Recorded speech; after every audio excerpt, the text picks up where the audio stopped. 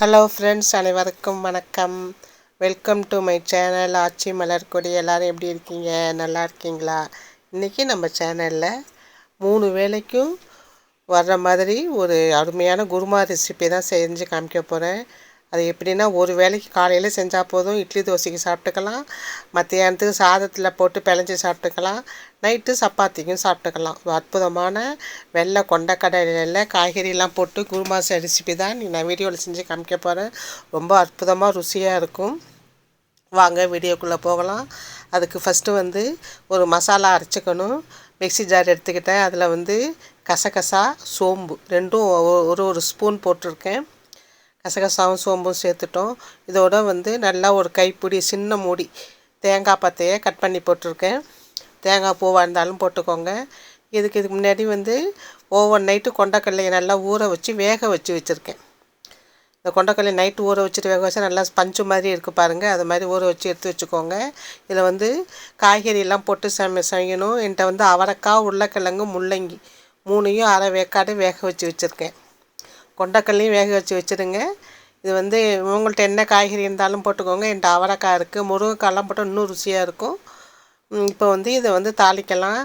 பட்டை, கிராம்பு, ஏலக்காய், அன்னாசிப்பூ, பிரிஞ்சி இலை, கல்பாசி இதெல்லாம் போட்டு தாளிக்கும். இதெல்லாம் மசாலா பொருள் தாளிக்கிறதுக்குள்ளது போட்டு எல்லாம் வானிலை எண்ணெயை ஊற்றி இந்த பொருள்லாம் போட்டு எல்லாம் வறுபடட்டும். நல்லா பொரிஞ்சால் தான் நல்லா வாசனையாக இருக்கும். ஏலக்காய் சேர்த்துருக்கோம், கல்பாசி சேர்த்துருக்கோம், பட்டை, கிராம்பு, அன்னாசி பூவு இது சேர்த்துருக்கோம், பிரிஞ்சி இலை. இது நல்லா எண்ணெயில் பொரிஞ்சு வரட்டும். பொரிஞ்சு வந்த பிறகு இதில் ஒரு பெரிய வெங்காயம் கட் பண்ணி வச்சுருக்கேன். கொத்தமல்லி, கருவேப்பிலை ஒரு கைப்பிடி வச்சுருக்கேன். இதையும் சேர்த்து வறுத்துக்கலாம். இது நல்லா வறுபட்டு வரட்டும் வெங்காயம். சாதாரணமாக நீங்கள் காலையில் தொட்டுக்கைக்கு என்ன செய்யறது, இட்லி தோசைக்கெல்லாம் வெங்காய சட்னி, தக்காளி சட்னி, சாம்பார்னு அழுத்து போயிருக்கும். இந்த காய்கறியெல்லாம் போட்டு குருமா வச்சு விடுங்க, ரொம்ப நல்லாயிருக்கும். இந்த வெங்காயம் வதங்கினோடனே ஒரு ஸ்பூன் இஞ்சி பூண்டு பேஸ்ட்டு சேர்த்துருக்கேன். இது ஒரு சைஸுக்கு கறி குழம்பு மாதிரியே இருக்கும். சாப்பிட்டு பார்த்தா அவ்வளோ ருசியாக இருக்கும். இது இந்த பச்சை பூண்டு வாசனை வதங்கினோடனே இப்போ இஞ்சி பூண்டு வதங்கின பிறகு பேஸ்ட்டு நல்லா 2 தக்காளி போடுறேன். இதில் நம்ம புளியெலாம் சேர்க்க மாட்டோம், தக்காளி புளிப்பு தான். அதனால் 2 தக்காளி நல்லா பழுத்த தக்காளியாக கட் பண்ணி சேர்த்துருக்கேன்.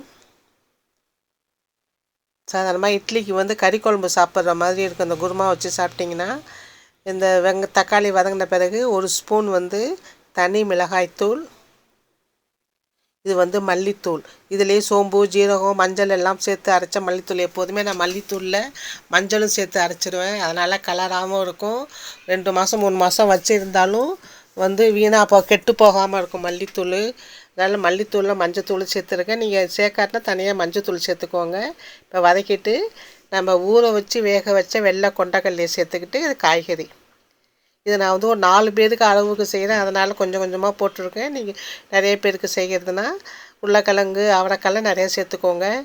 நம்ம கொண்டக்கடலையும் போட்டதால் நம்ம தேங்காயெல்லாம் அளவெல்லாம் சேர்த்தோன்னா நிறையா வந்துடும். இது 3 வேளைக்கும் தாராளமாக வச்சு சாப்பிட்லாம். 4 பேர் அந்த அளவுக்கு வரும். இது இப்போ நம்ம வேக வச்ச கொண்டக்கடலையும் காய்கறி எல்லாம் அரை வேக்காடு எதுக்காக வேக வச்சு போடுறோன்னா, நம்ம தாளித்து கொட்டி 2 கொதி வந்தோடனே எடுத்துடலாம். இப்போ இந்த சமயத்தில் நம்ம சோம்பு, கசகசா, தேங்காய் அரவையை இதோட சேர்த்துக்கலாம். சேர்த்துக்கிட்டு நல்லா கலக்கிடுங்க. இப்போ நம்ம இதில் உள்ள எல்லா சாமானும் இப்போ நம்ம சேர்த்துட்டோம். இப்போ இதுக்கு மிக்ஸி ஜாரில் நல்லா தண்ணி ஊற்றி நல்லா வேணுங்கிற அளவுக்கு கலந்துக்கோங்க. ஏன்னா நம்ம கசகசா சேர்த்துருக்கோம், திக்கு கொடுக்கும் குருமா எல்லாம் சுண்ட. எதுக்கு கொஞ்சம் தண்ணியாக வைக்கணும்னா சோத்தில் போட்டு நல்லா பிழைஞ்சி சாப்பிட்லாம். சூப்பராக இருக்கும். இது கறி குழம்பு மாதிரி ஒரு அப்பளம் வச்சு சாப்பிட்ற வேண்டியதான். நல்லா திக்காக இருக்குது. தண்ணி போட்டுக்கிட்டேன். இப்போ இந்த குருமாவுக்கு தேவையான உப்பு, கல் உப்பு, நல்லா 3 விரக்கடா உப்பு இதுவும் சேர்த்துட்டு நல்லா உப்பு கரையிற மாதிரி இப்போ கலந்து விட்டுக்கோங்க. கல் உப்பு சேர்த்துக்கோங்க எப்போதும், அதான் நல்லா ஆரோக்கியம். நான் டேபிள் சால்ட்லாம் சேர்க்க மாட்டேன், கல் உப்பு தான் சேர்ப்பேன். இப்போ சேர்த்துட்டு இதை நல்லா 2 கொதிக்க விடுவோம். கொதித்த உடனே இப்போ இதில் ஒரு முக்கால் ஸ்பூன் கரம் மசாலா இப்போ சேருங்க, நல்லாயிருக்கும் வாசனையில். கரம் மசாலா இறக்கும்போது சேர்த்துட்டிங்கன்னா வாசனை தூக்கலாம், அப்படியே இருக்கும். இந்த கொதிக்கிற வாசனை வெளியில் பார்த்திங்கன்னா கறி குழம்பு வாசனை மாதிரியே இருக்கும் இதோட டேஸ்ட்டு. அது நைட்டு சப்பாத்தி இடியாப்பத்துக்கெலாம் சாப்பிட்டிங்கன்னா அந்த குருமா அவ்வளோ ருசியாக இருக்கும். 2 கொதி வந்துட்டு இறக்கிற வேண்டியதான். இப்போயும் இறக்கியாச்சு.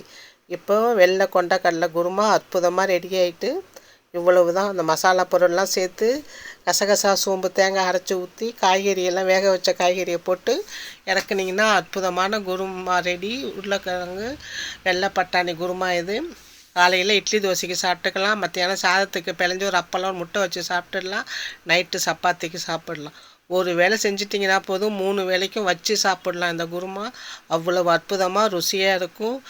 வேலையும் ஈஸி, ருசியும் ரொம்ப அற்புதமாக இருக்கும். இந்த உருளைக்கிழங்கு வெள்ளை பட்டாணி வெள்ளை கொண்டக்கடலை குருமா வீடியோ உங்களுக்கு பிடிச்சிருந்ததுன்னா சேனலை சப்ஸ்கிரைப் பண்ணி லைக் பண்ணி ஷேர் பண்ணுங்கள். பக்கத்தில் உள்ள பெல் ஐக்கானை கிளிக் பண்ணிட்டு ஆளுங்கிற பட்டனையே ப்ரெஸ் பண்ணுங்கள். தேங்க்ஸ் ஃபார் வாட்சிங். வாழ்க வளமுடன்.